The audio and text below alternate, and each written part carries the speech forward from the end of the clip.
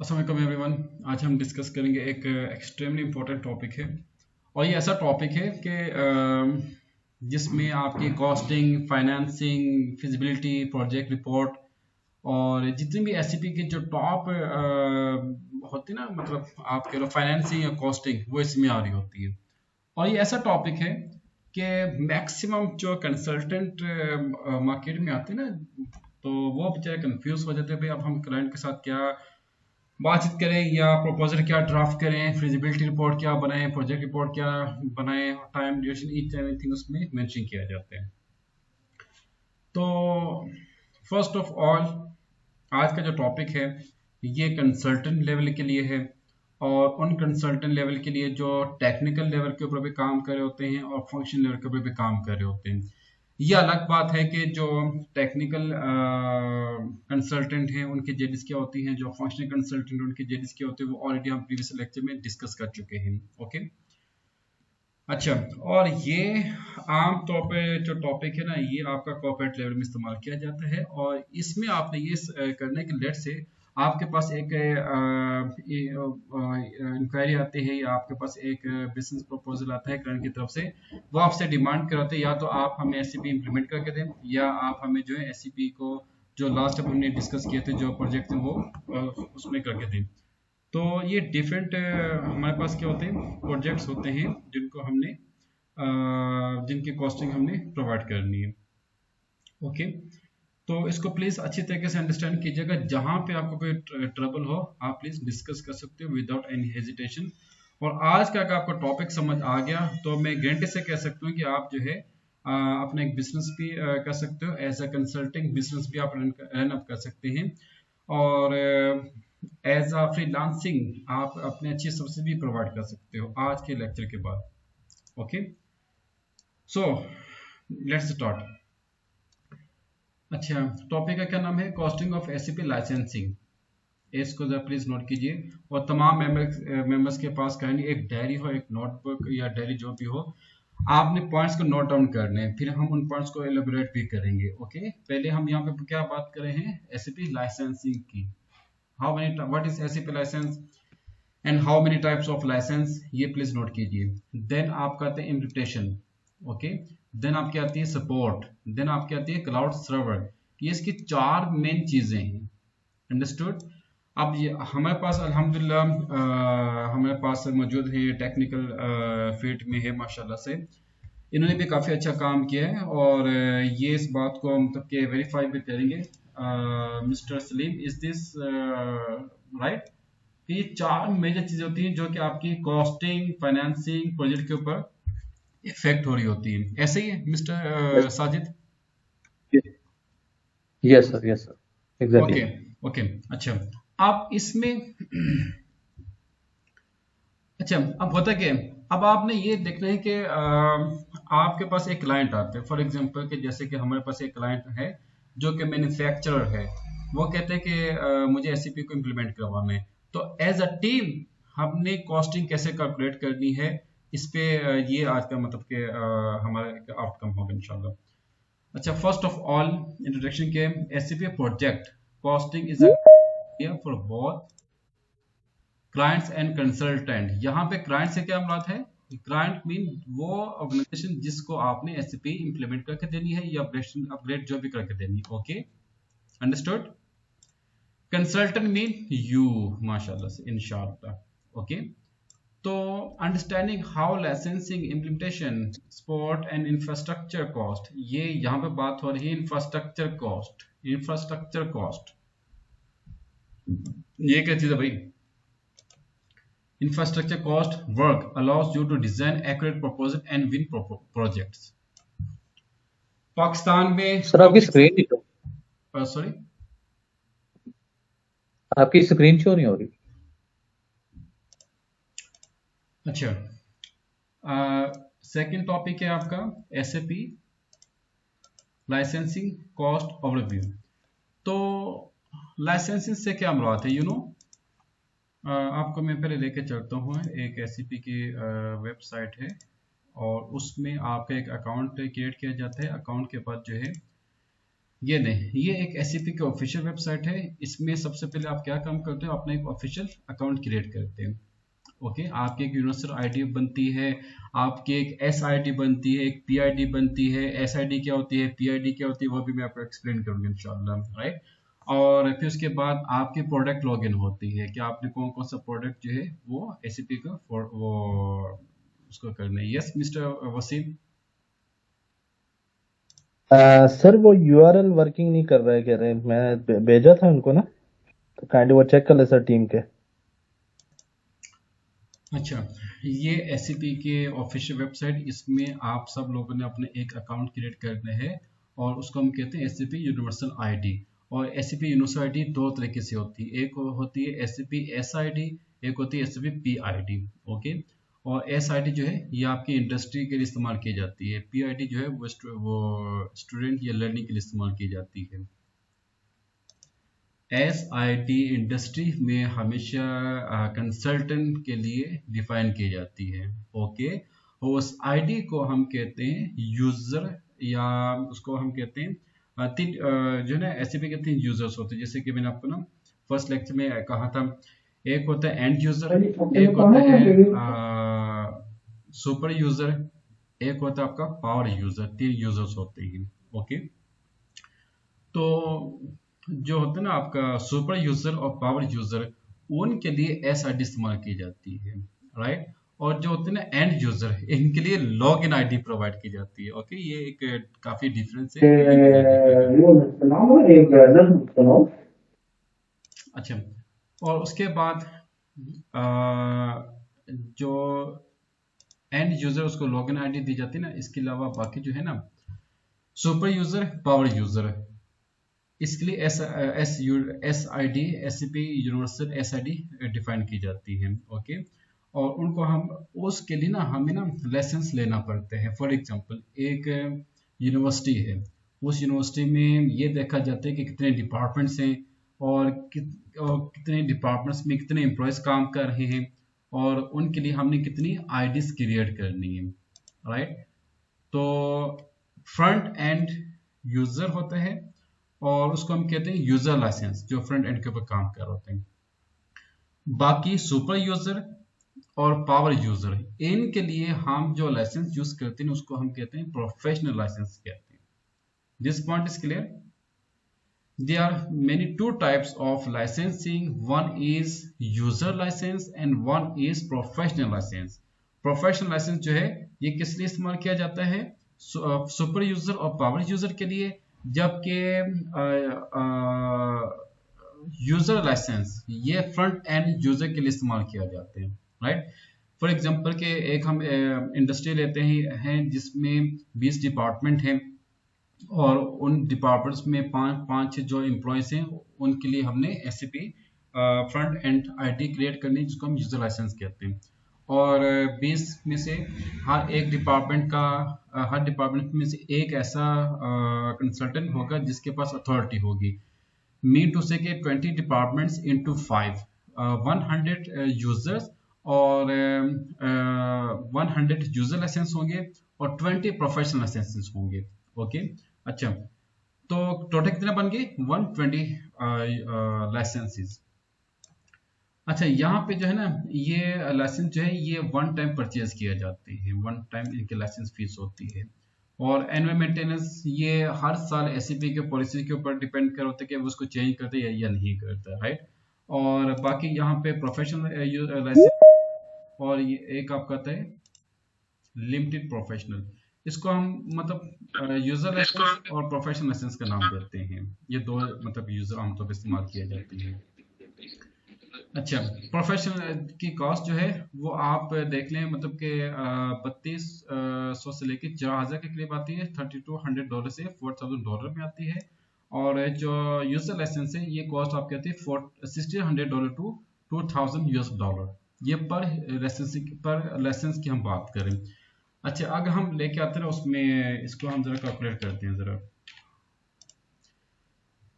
Let's say we have 20 professional licenses and 20 into $3200 you have $64,000 US। अगर किसी के पास कोई नोटबुक या कोई कॉपी शॉपी है तो प्लीज इसको प्लीज नोट कीजिए। 64,000 हमारे पास क्या है, उसकी कॉस्ट है 20 प्रोफेशनल लाइसेंस की कॉस्ट है। अच्छा, अब हम आते हैं 100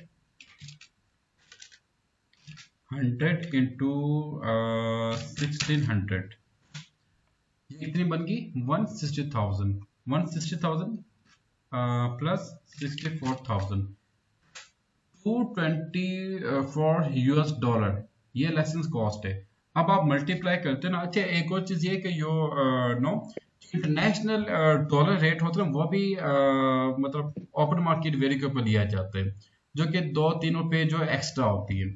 अच्छा, आप इसको मल्टीप्लाई करने तो आप करेंगे 285 यूएस डॉलर के साथ 63 मिलियन 63.84 मिलियन, यानी कि 6 करोड़ समथिंग ये आपकी बनती है। कितनी कॉस्ट, कौन सी कॉस्ट बनती है, लाइसेंस कॉस्ट बनती है। ओके, अच्छा, अब यहाँ पे देखें, यहाँ पे कंसल्टेंट की ये होती है कि जैसे कि आप थोड़ा सा रिकैप करें, लेक्चर 2 में था या लेक्चर 1 में, तो रोड मैप ने लेक्चर 2 में किया था ना। उसमें हमने क्या किया था कि भाई पहले आप क्या करते हैं, प्रोजेक्ट प्रिपरेशन कर रहे होते हैं, उसमें हम ये तो चीजें डिस्कस कर रहे होते हैं भाई कंपनी के नेचर क्या है, क्या कंपनी मैन्युफैक्चरिंग है या सर्विस इंडस्ट्री है या क्या है, फिर उसके बाद उसके डिपार्टमेंट्स कितने हैं, फिर कितने एम्प्लॉयज इस्तेमाल किए जाएंगे, और सॉरी कितने एम्प्लॉयज होंगे, फिर उनके लिए कितनी आईटी इस्तेमाल की जाएगी। तो उसके बाद फिर आप जो है ना कॉस्टिंग करते हैं, कॉस्टिंग के बाद जो है फिर कंपनी या क्लाइंट आपको कंफर्म करते हैं क्या उन्होंने ये प्रोजेक्ट लॉन्च करना है या नहीं करना। ओके, एक तो ये पॉइंट। यहाँ पे किसी को कोई पॉइंट जो डिस्कस करना हो please, this point is clear, yes और नो। अच्छा, उसके अलावा पॉइंट नंबर 3। अच्छा, नेक्स्ट क्या है, लाइसेंसेस, इसका हमने, अच्छा ये है ऑन प्रीमिस लाइसेंसिंग। अच्छा, अब ना यू नो बहुत से ऐसी इंडस्ट्रीज भी हैं जो कि कॉर्पोरेट सेक्टर में हम लोग ने काफी हम जरा काम किया ना। वहां पे क्या होता है, अगर आप 10-15 साल पहले जब पीछे चले जाओ ना, तो हैवी किस्म के सर्वर्स मौजूद वो यूज करते थे। तो उनको हम कहते हैं ऑन प्रीमिस क्या उसे कहते हैं, ये सर्वर, ये सर्वर नहीं, ये सर्वर। ओके, जिसमें रैक्स मतलब काफी इस किस्म के सर्वर वगैरह भी थे। तो अभी जो है ना वो क्लाउड टेक्नोलॉजी आ चुकी है। तो ऐसे भी क्या काम करते हैं कि जो लाइसेंसेस है ना, वो भी उसकी कैटेगरीज आ चुकी है कि आपने प्रीमिस बेस्ड लाइसेंस यूज करने हैं या क्लाउड बेस्ड लाइसेंस यूज करने हैं। ओके, लेकिन आम तौर पे आप अब ये भी आपको मैं अपडेशन बता दूं कि अब एसएपी जो लाइसेंस ऑफर करती है ना, सेल आउट करती है, उसमें ये दोनों चीजें खत्म हो चुकी है। अब एसएपी जो है ना क्लाउड के ऊपर फोकस कर रहे हैं, राइट। तो क्लाउड में क्या होगा, जैसे यहाँ पे लिखा $3200, तो इसको मे बी के $2800 एसएपी ने कर दिया, बल्कि हो चुका होगा इंशाल्लाह। और इसकी जो मिनिमम कॉस्ट है ना वो $1400 होगी, वेरी सिंपल। ओके, तो ये एक चक्कर खत्म हो चुका है कि मतलब कि वो जो ऑन प्रीमिस है अब वो उसको शिफ्ट किया जा रहा है। अच्छा, दूसरी चीज ये कि याद रखिएगा, जैसे कि मैंने पहले भी आपसे कहा था ना कि ऐसे भी के जो मॉड्यूल, कुछ ऐसे मॉड्यूल्स हैं जिसमें फंक्शनल मॉड्यूल्स हैं और टेक्निकल मॉड्यूल्स हैं। फंक्शनल मॉड्यूल्स की कॉस्ट कम होती है, टेक्निकल मॉड्यूल्स की कॉस्ट ज्यादा होती है। ओके, ये भी प्लीज नोट कीजिएगा। अच्छा, जैसे कि आप लोगों में से बहुत से ऐसे भी प्रोफेशनल्स भी हैं जिनके यहाँ एसएपी ऑलरेडी यूज हो रहा है, तो आपको मालूम ही होगा कि जो टेक्निकल कंसल्टेंट है ना वो काफी कम होती है, जो फंक्शनल कंसल्टेंट होते हैं वो ज्यादा होते हैं, जो फंक्शनल यूजर होते हैं वो ज्यादा होते हैं, जो टेक्निकल यूजर होते हैं काफी कम होते हैं। अच्छा, नेक्स्ट है आपका एसएपी इम्प्लीमेंटेशन कॉस्ट। पहले हमने डिस्कस किया लाइसेंसिंग कॉस्ट, अब ये कौन सा है, इम्प्लीमेंटेशन कॉस्ट। ये डिपेंड करता है, ये कंप्लीट डिपेंड करता है। अच्छा, ये जो कॉस्ट है ना, ये कॉस्ट ये आपने किसको पे करनी होती है, एसएपी को पे करना होती है। ओके, और मतलब कि आप अगर पार्टनर हैं, गोल्ड पार्टनर हैं, सिल्वर पार्टनर हैं, या मतलब प्रीमियम पार्टनर हैं या प्लाटिनम पार्टनर हैं, तो उसमें क्या होता है कि जितने आप लाइसेंस सेल करते हो उतना आपको एसएपी की तरफ से एक बोनस मिलता है, या फिर जो है ना वो बोनस आपको दिया जाता है। अच्छा, ये जो कॉस्ट है ना, ये दी थर्ड पॉइंट, ये कंसल्टेंट की कॉस्ट होती है आपकी अपनी मेहनत पे। अब आपके ऊपर डिपेंड करता है कि आपके पास एक स्मॉल बिजनेस है, 15 to 20 यूजर्स, आप उससे चार्ज कर रहे होते हो $50,000 to $250,000। मीन टू से कि अगर इफ यू हैव 10 यूजर्स, आप चार्ज करते हो $50,000, 25 के लिए आप चार्ज करोगे $250,000। अब इसको जरा प्लीज मल्टीप्लाई करें, 250,000 इंटू 285, जल्दी से इसको मल्टीप्लाई करें, मुझे तो इसकी क्या कॉस्ट बनती है। अच्छा, उसके बाद क्या है मिड साइज एंटरप्राइजेस। तो मिड साइज में क्या होता है 30 to 50 या 100।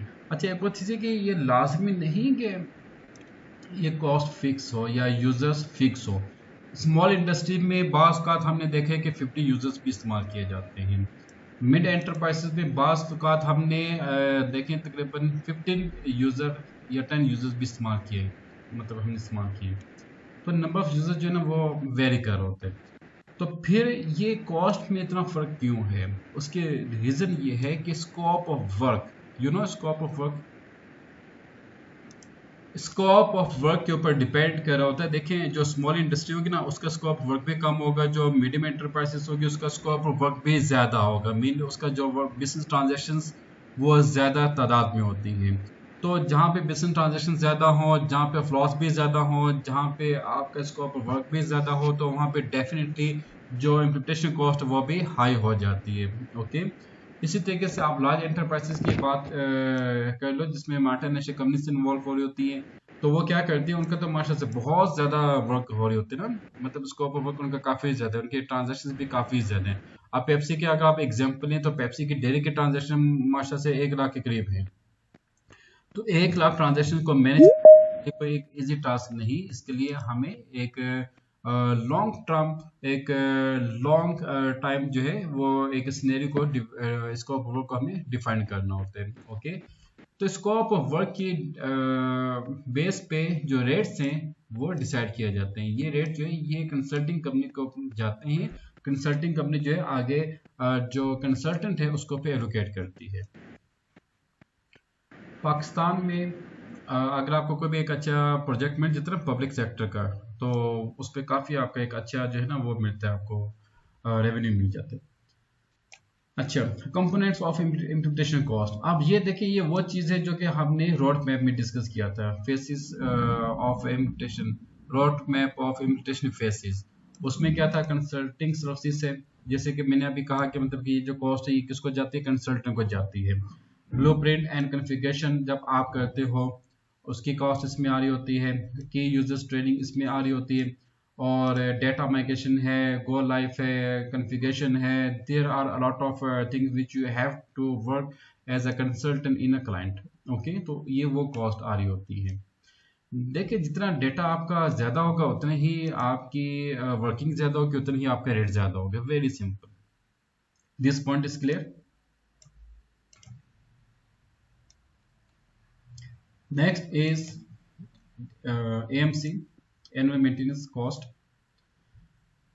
अच्छा, ये एसएपी की तरफ से ना एक अपडेशन ये भी है कि अगर आप किसी क्लाइंट को एसएपी इंप्लीमेंट करके देते हो या अपग्रेड करते हो या माइग्रेट करते हो या रोल आउट करते हो, जो भी प्रोजेक्ट आप परफॉर्म कर रहे होते हैं ना, उसमें एसएपी क्या काम कर रहे होते हैं, फर्स्ट एयर की जो मेंटेनेंस है ना वो कम्प्लीमेंट्री है। आफ्टर दैट आप के ऊपर डिपेंड करते हैं कि आप उसको कंटिन्यू करना चाहते हैं या नहीं करना चाहते, वो अलग चीज़ है।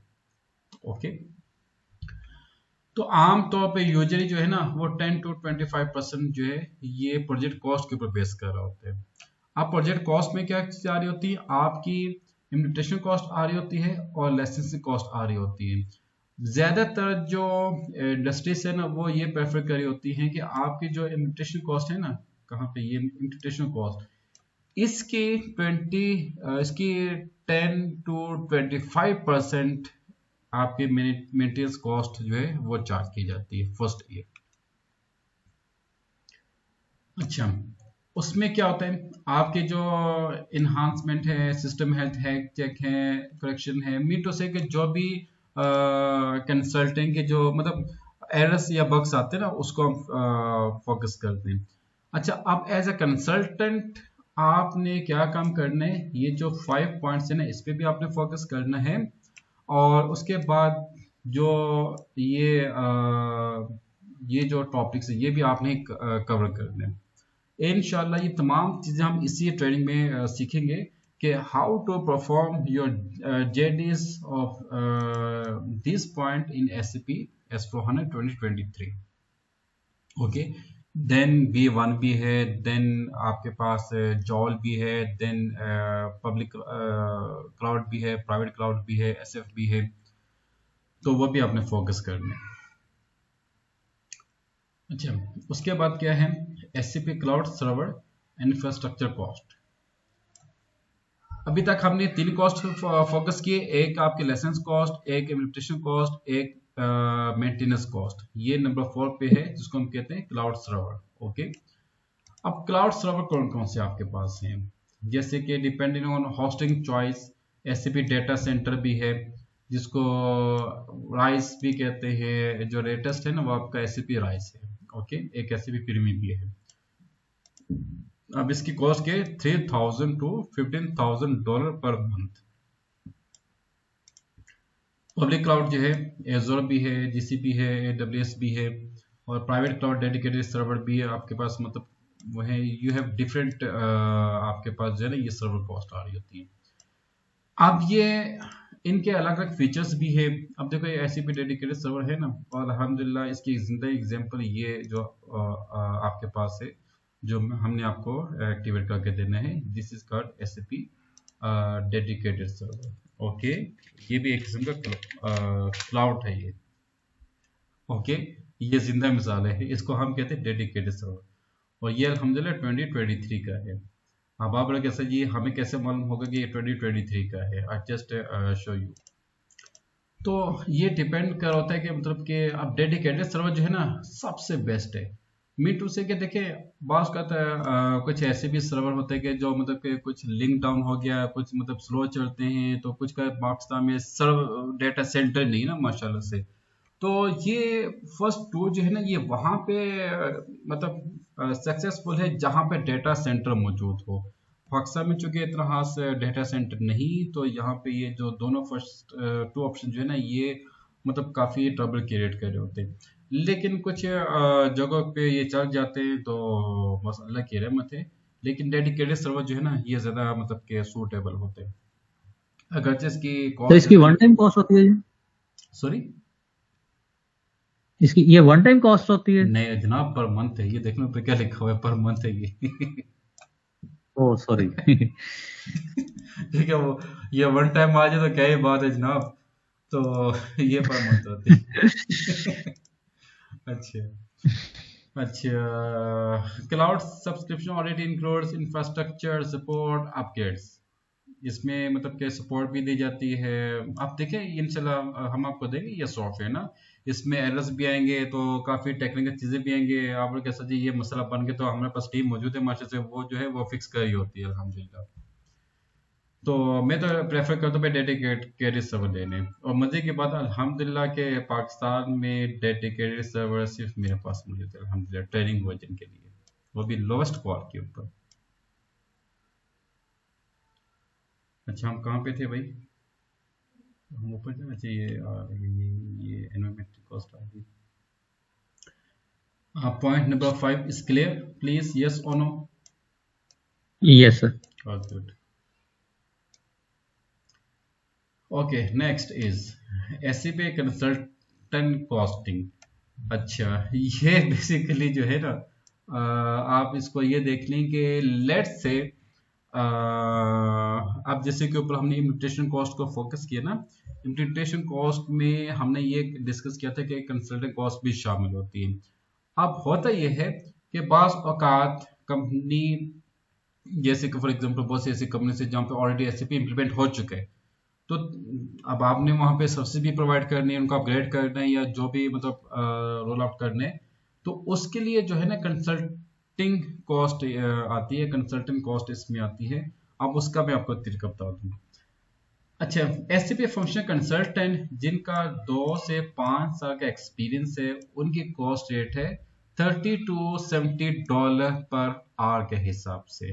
अब माशा से हमारे पास आईटी के एक्सपर्ट भी मौजूद हैं। आईटी एक्सपर्ट जब आप किसी भी कंपनी को या क्लाइंट को अपनी सर्विस प्रोवाइड करते हैं एज ए आईटी कंसल्टेंट, तो आप पर आवर के हिसाब से चार्ज कर रहे होते हो। I am right? यस और no please. Sir most of the time तो आवरली चार्ज करते हैं। गुड। तो आवरली चार्ज ये क्या जाता है, अब ये आपने एक एग्जांपल भी दी थी, आपने एक लास्ट टाइम एग्जांपल भी दी थी ये बैकर्स की, एक बाबदा के साथ वो आवरली जो उन्होंने चार्ज किया। तो वो मतलब कि नहीं, वो वाकई है। अब होता क्या है ना कि मतलब कि मतलब क्या बात ये होती है कि मतलब सीमेंस एंड अबैकस, ये तो बस मैं तो इनके मास्टर से ये समझो कि हाईली प्रोफेशनल मास्टर। तो उसमें क्या होता है कि मतलब एक दफा जब कॉन्ट्रैक्ट साइन हो जाता है ना, आपने क्लाइंट के साथ किया, ओके भाई हम मतलब कि $30 करते, कहते यार $30 तो कुछ भी नहीं है, $30 क्या है। ऐसी है ना, मतलब कि जब कोई किसी के पास सपोर्ट जा रहे होते हैं कि वो कहते हैं यार चलो यार $30 ने पर आर के एक मसला होगा तो हम इनको बुला लेंगे, तो ये 5-6 घंटे में या 10 घंटे में ठीक कर देंगे, तो इनको हम $30 दे देंगे ना। $30 कितने बनते हैं? तकरीबन 85 समथिंग, 70-85 समथिंग बनते हैं इतने। अब उनको क्या पता भाई, ऐसे भी कोई हालाजी का घर नहीं होता है, इसमें एक बंदा का काम ही नहीं है। फर्स्ट ऑफ ऑल, मैं हमेशा जब से मैंने ट्रेडिंग स्टार्ट की, कंसल्टेंसी स्टार्ट की है ना, मैं इंडस्ट्रीज को, एजुकेशन सेक्टर को एक ही बात कहता हूँ कि बराए मेहरबानी आपने जो भी ये सर्विसेज प्रोवाइड कर दी है ना, तो एज ए टीम आप प्रोवाइड करें। तो बहुत से लोगों की सोच क्या होती है, कहते हैं सर जी हम तो फाइनेंस के, हमारा काम क्या है सिर्फ फाइनेंस में जाना। दूसरा कहता है कि सर हम तो एबाब के, हमने सिर्फ एबाब में जाना से एचआर के। भाई ऐसा नहीं होता, प्लीज ऐसा बिल्कुल भी नहीं होता। और जो ऐसी सोच रखते हैं कि भाई हमने जस्ट अपना फाइनेंस को करना है, बाकी हमने नहीं छेड़ना, तो वो मेरे ख्याल से ये एक अक्लमंदाना फैसला नहीं होता। ओके, समझदार इंसान वही होता है कि जो तमाम चीजों को ओवरऑल प्रॉपर अंडरस्टैंड करके उनको सर्विसेज प्रोवाइड करें। ओके, ये एक मेरी नसीहत याद रखिएगा कि कभी भी एज सिंगल मॉड्यूल आपने इसको फोकस नहीं करना। मैंने ये जो अभी अलहमदिल्ला ट्रेनिंग में जितनी भी बैचेस स्टार्ट करता हूँ ना, मैं सबको बीच में रख लेता हूँ। आई नो कि उसमें से कुछ ऐसे होते हैं जो कहते हैं सर जी हम एफआई के हैं, हमें एमएम पढ़ना पड़ रहा है, हम मतलब कि एचआर के हैं, हमें एफआई पढ़ना पड़ रहा है। तो उनको जब एंड के ऊपर जब चीजें नजर आती हैं, तब उनको पता चलता है वाकई सही तो हमारी कितना आमद था। प्लांट मेंटेनेंस से कहता हूँ कि भाई अगर आपने प्लांट मेंटेनेंस में आना, इंजीनियर से मैं कहता हूँ आप पहले कॉस्टिंग सीख के आओ। अब वो कहता है सर जी कॉस्टिंग तो हमें आते नहीं है। तो मैंने बोला भाई बात ये होती है कि इंजीनियर का काम क्या है, प्लांट मेंटेनेंस मेंटेनेंस में काम क्या आपका, उसमें कॉस्ट है, कॉस्ट के अलावा और क्या चीज उसके अंदर, आप मुझे जरा बताइए। क्यों है मिस्टर सलीम, क्या प्लांट मेंटेनेंस में कॉस्ट है या नहीं? कंप्लीट कॉस्ट है उसके अंदर सर मेंटेनेंस उसमें कंप्लीट कॉस्टिंग ही तो है हर चीज की। की। तो अब मसला ये होता है कि भाई वो उधर जा रहे हैं, मैं कह रहा हूँ भाई आपने अगर अपनी सुपरविजन करनी है, तो आपने अच्छे रिपोर्ट करनी है, मैनेज वो मॉनिटरिंग करनी है, तो पहले कॉस्ट उसमें देखें। भाई आपने एक प्लांट के ऊपर, आपके पास प्लांट कौन सा है, इक्विपमेंट कौन सा है, लोकेशन कौन सी है, कितनी आपके पास लेबर है, लेबर के ऊपर आपने क्या देना है, उनके जेडीज क्या है, बिल ऑफ मटेरियल्स क्या है, आप उनके नोटिफिकेशन ऑर्डर्स क्या है, उसके बाद ही आप उनको कुछ मतलब मैनेज कर पाओगे ना। अब कॉस्टिंग एससीपी के अंदर कॉस्टिंग में जी फिर जी। आपको जरा दोबारा दिखाता हूँ कि भाई कॉस्टिंग और फाइनेंस एंड कॉस्टिंग ये बैकबोन है ऑर्गेनाइजेशन के। जिसकी कॉस्टिंग स्ट्रांग नहीं, मेरे ख्याल से वो बिजनेस नहीं कर सकता। Very simple. अब ये देखें, ये फाइनेंशियल अकाउंटिंग है, इसमें ये कॉस्टिंग है, कंट्रोलिंग को हम कॉस्टिंग कहते हैं। इसमें भाई इसका अपना एक अलग मैकेनिज्म है, जब तक आपको इस पे कमांड नहीं आएगी तो आप कोई चीज फोकस नहीं कर पाएंगे। तो अच्छा, हम बात करते हैं फंक्शनल कंसल्टेंट की। देन आता है सीनियर कंसल्टेंट, जिसका 6 से 10 साल का एक्सपीरियंस हो। वो कहाँ तक जाता है? $80 to $120। प्रोजेक्ट मैनेजर, माशाल्लाह से ये समझे कि प्रोजेक्ट मैनेजर जो होता है ये माशाल्लाह से डॉन होते हैं, इनको मैं डॉन कहता हूँ, क्योंकि मतलब कि डॉन भी इनको मैं कहता हूँ, किंग भी कहता हूँ। अब इनके ऊपर रिस्पॉन्सिबिलिटी ज्यादा होती है, इन्होंने फाइनेंस का काम भी अस्सलाम करना है, वालेकुम। कंट्रोलिंग का काम भी करना है। एक बहुत अच्छी क्यूरी आई, एक मेंबर ने बहुत अच्छा पूछा कि sir why costing and financing is important for IT and HR consultant. बहुत ही इनका जबरदस्त किस्म का मतलब कि वो है। तो इनके लिए ये है कि एचआर के अंदर अहम चीज क्या है? पेरोल। ऐसे ही पेरोल है ना आपका, मतलब पेरोल है, आप yes incentives sir payroll. Provide कर रहे होते हो, आप मतलब कि अलाउंसेस आपने प्रोवाइड करने होते हैं, आपके पास स्कीमा होता है, आपने पीसीआर डिफाइन करनी होती है, और बेसिक सैलरी आपने डिफाइन करनी होती है। तो किस चीज के ऊपर आप किस पैरामीटर के ऊपर डिफाइन करते हो? आपके पास लेबर होगी, नॉन लेबर स्टाफ होगा, मैनेजमेंट स्टाफ होगा, इन तमाम को जो आपने सैलरी देनी है, वेजेस देनी है, जो भी इनकी पेरोल स्लिप बनती है उसमें जो भी प्रोडक्ट्स हैं, इंसेंटिव्स हैं, अलाउंसेस हैं, टैक्सेस हैं, जो भी रटन बटन है, वो आप किस बेस के ऊपर करते हैं? वो आप जो है ना, एक स्टैंडर्ड होता है उनका, या तो आप आवर के हिसाब से चार्ज कर रहे होते हो, या डे के हिसाब से चार्ज कर रहे होते हैं, या वीक के हिसाब से चार्ज कर रहे होते हैं, या मंथली के हिसाब से चार्ज कर रहे होते हैं। वो ये कंप्लीट जो है ना आपका, बजट के ये कंप्लीट जो है ना आपका उसमें कॉस्टिंग में आता है। और एक और चीज प्लीज नोट कीजिएगा, कोई भी एससीपी का डिपार्टमेंट नहीं जो इंडिविजुअली वर्क आउट कर सके। तमाम डिपार्टमेंट्स जो है ना आपस में एक दूसरे के साथ इंटरलिंक होते हैं।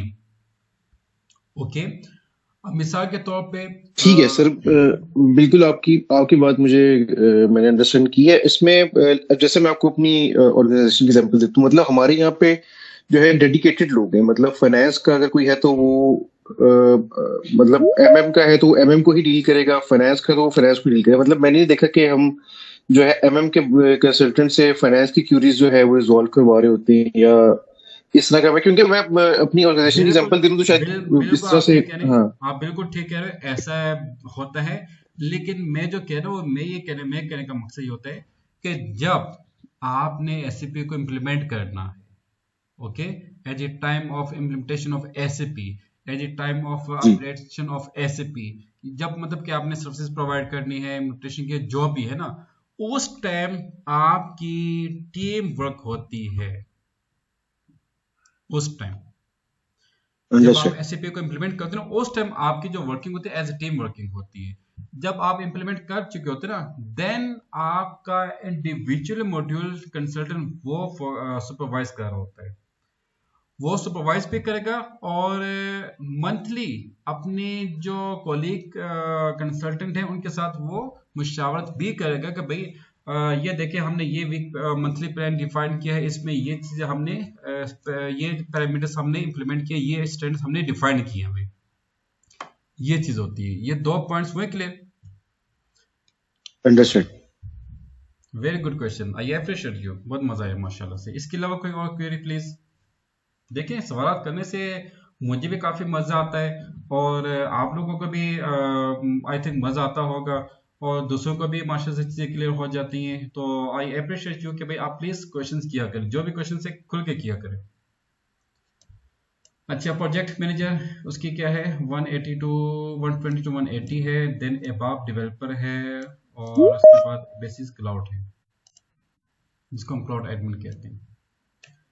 बेसिस की जगह जो अभी लेटेस्ट चले ना, वो है आपका सिस्टम एडमिनिस्ट्रेटिव। अच्छा, एज अ फ्रीलांसर भी आप इसमें काम कर सकते हैं अल्हम्दुलिल्लाह। अमेरिका में बहुत से जॉब्स आ रही होती हैं अल्हम्दुलिल्लाह, और एज अ फ्रीलांसर आप जो है इस पे काम भी कर सकते हो। ओके, अच्छा, number 7, how to get SAP product and solution for clients. तो इसमें जो है ना पार्टनर एज, जैसे कि मैंने यहाँ पे एक वेबसाइट भी ओपन की है, ये ओके। अच्छा, अब इसमें क्या होता है कि ये है पार्टनर्स। एससीपी जो सॉल्यूशंस प्रोवाइड करते हैं ना, फॉर एग्जांपल के डिफरेंट रीजन्स होते हैं ना, जैसे कि मीना रीजन आ गया, एशिया रीजन आ गया, अमेरिका रीजन आ गया, तो डिफरेंट रीजन्स होते हैं, फिर डिफरेंट एससीपी के पार्टनर्स होते हैं।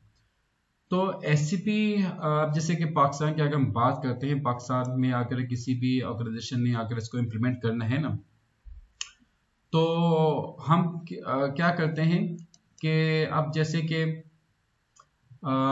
यहाँ पे आपके पास आ गया एससीपी पार्टनर, ये पोर्टल एक आते हैं।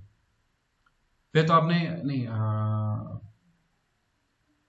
पहले तो आपने ये डिफाइन करने कि भाई जो आपका क्लाइंट है उसको क्या चाहिए, वो आप प्रोडक्ट यहाँ से आप उसको डिफाइन कर सकते हो। अब जैसे कि अल्हम्दुलिल्लाह इस मंथ में we have 3 clients and we are working with them, तो उनकी डिफरेंट क्यूरीज है। कोई एस4HANA यूज कर रहा है, कोई सक्सेस फैक्टर को यूज कर रहा है, कोई जोड़ को यूज करना चाह रहा है। तो उसमें क्या होता है कि हम कंप्लीट उनको ना एक रोड मैप प्रोवाइड कर रहे होते हैं।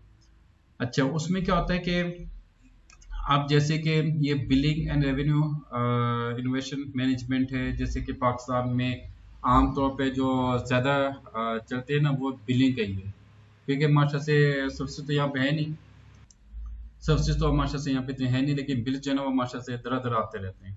तो उसमें क्या आप यूटिलिटी बिल्स के ऊपर देख लें तो या तो बिल्स होते हैं या फीसिस हो रही होती हैं या फिर जो है ना इनवॉइसेस आ रही होती है। ये तीन पाकिस्तान में मतलब के जो है ना उसका ट्रेंड ज्यादा है। अच्छा, तो उसके बाद सर ये वापदा बिलिंग में एसएपी बिलिंग यूज हो रहा था।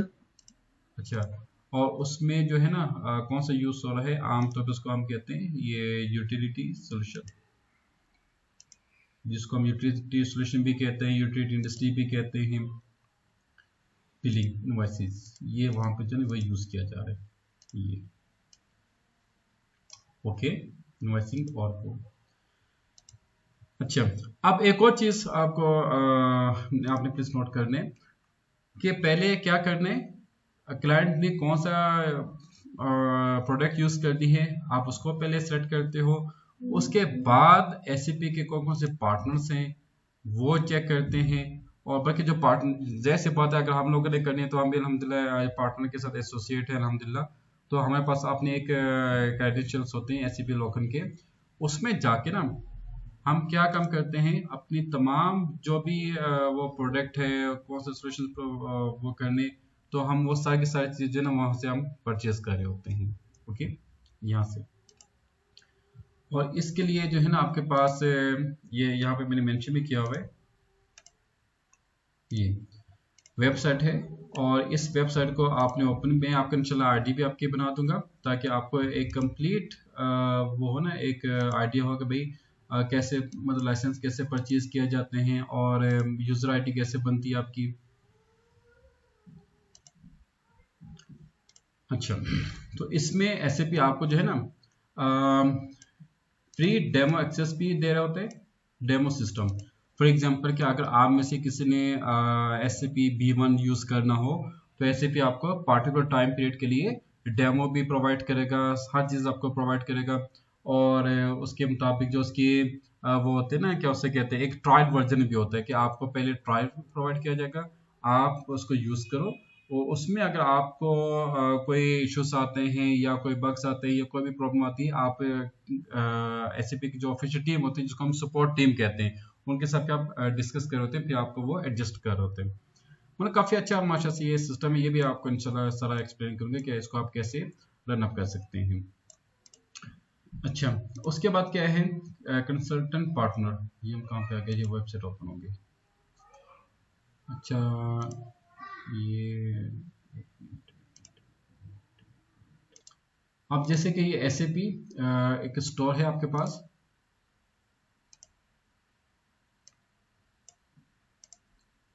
यहाँ का वेबसाइट देखिए तो वेबसाइट में लिखा हुआ ये sap.com.store। ओके, यहाँ पे आप अपनी जो है ना रिक्वायरमेंट्स प्रॉपर मेंशन कर सकते हैं। Extended my existing SAP solution bye new one. Okay, और फिर यहाँ पे आपके पास ना डिफरेंट वो कैटेगरी आ रही होती है कि आपने किसको को सिलेक्ट करना है, इंडस्ट्री कौन सी है, कैटेगरी कौन सी है, पब्लिक सर्विसेज है, कंज्यूमर है, फाइनेंशियल सर्विसेज है, एनर्जी एंड नेचुरल रिसोर्सेज है, और डिस्क्रीट इंडस्ट्रीज है जिसको कंस्ट्रक्शन कहते हैं, उसमें एयरस्पेस है, डिफेंस नहीं, ये एक मिनट है, डिस्क्रीट में थोड़ा सा कह दिए, ये डिस्क्रीट अच्छा डिस्क्रीट है ये, क्योंकि मुझे लगा शायद जो है ना वो डिस्क्रीट जो है ना वो मैंने समझा था कि शायद कंस्ट्रक्शन में हूँ, लेकिन वो गलती, सॉरी फॉर दैट। अच्छा, बास को मुझसे भी गलती हो जाती है, तो इसके में आप लोगों ने करना, ओके। अगर मैं भी कोई गलती करूँ तो मुझे अपने नोट आउट भी करना है। यहाँ पे डिफेंस है, ऑटो मोटिव है, हाई टेक्नोलॉजी है, इंडस्ट्री मैन्युफैक्चरिंग है। तो हम आते हैं एरोस्पेस डिफेंस में आते हैं। अब ये देखें, ये आपने देखा I am looking for new software, और इसको जब आप करते हैं ना, ये ले और help me connect resource data, तो यहाँ पे आपके पास डिफरेंट ऑप्शन है, use data science and machine learning, connect data sources. इसमें आपके पास 85 प्लस सॉल्यूशंस हैं, क्रिएट डैशबोर्ड एंड रिपोर्ट्स हैं, gain insight and manage performance. तो जो भी आपको सॉल्यूशन किस चाहिए ना, तो आप यहाँ पे उसको मेंशन कर सकते हो कि आपको किस टाइप के लिए न्यू सॉल्यूशन चाहिए। अच्छा, बात बात ऐसे भी होता है कि बहुत से क्लाइंट कहते हैं कि हमने एसएपी को इम्प्लीमेंट करने हैं, तो हम पूछते हैं कि भाई आपको किस मकसद के लिए चाहिए, कि आपको एक वो कहते हैं ना कि जैसे कि एक वर्ड है, मैं तो आमतौर पर शुक्र मिला मैं उनसे कहता हूँ भाई आपको मसला क्या है ना, मतलब कि देखो, कोई भी इंडस्ट्री ऑर्गेनाइजेशन किसी भी सॉफ्टवेयर को अडॉप्ट तब करती है जब वहां पे कोई प्रॉब्लम्स हो या वहां पे कोई इश्यूज हो, ऐसे ही ना वॉइस, तभी आप सॉल्यूशन यूज करते हैं ना। Yes sir.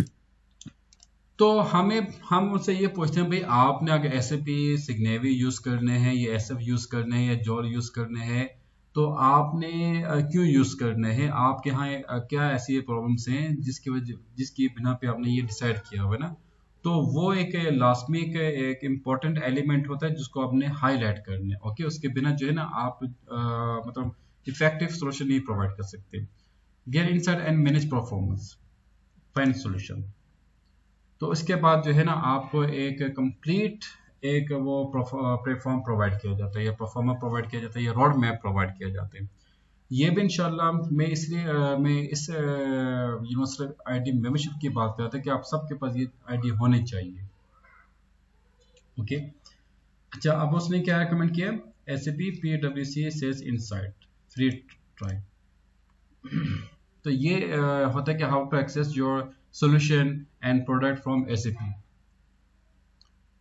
This video is not private. ये मैं आपको बताऊंगा इसको कैसे अनप्राइवेट करना है, राइट। अच्छा, ये तो वो चीज, ये 8 पॉइंट, सॉरी इसका B पॉइंट जो अभी मैंने आपको एक्सप्लेन किया, ओके। 7 का B पॉइंट था। नेक्स्ट है समरी। समरी में क्या मतलब कि ये तीन चीजें, लाइसेंसिंग कॉस्ट है, इम्प्लीमेंटेशन कॉस्ट है, और क्लाउड कॉस्ट है, मतलब कि सपोर्ट एंड क्लाउड कॉस्ट है, ये चार चीजें इसमें शामिल हो रही होती हैं। और बाकी जो कंसल्टेंट हैं, ये एज ए इंडिविजुअल अगर आप देना चाहें या आफ्टर इम्प्लीमेंटेशन आप देना चाहें तो आप इसको यूज कर सकते हैं।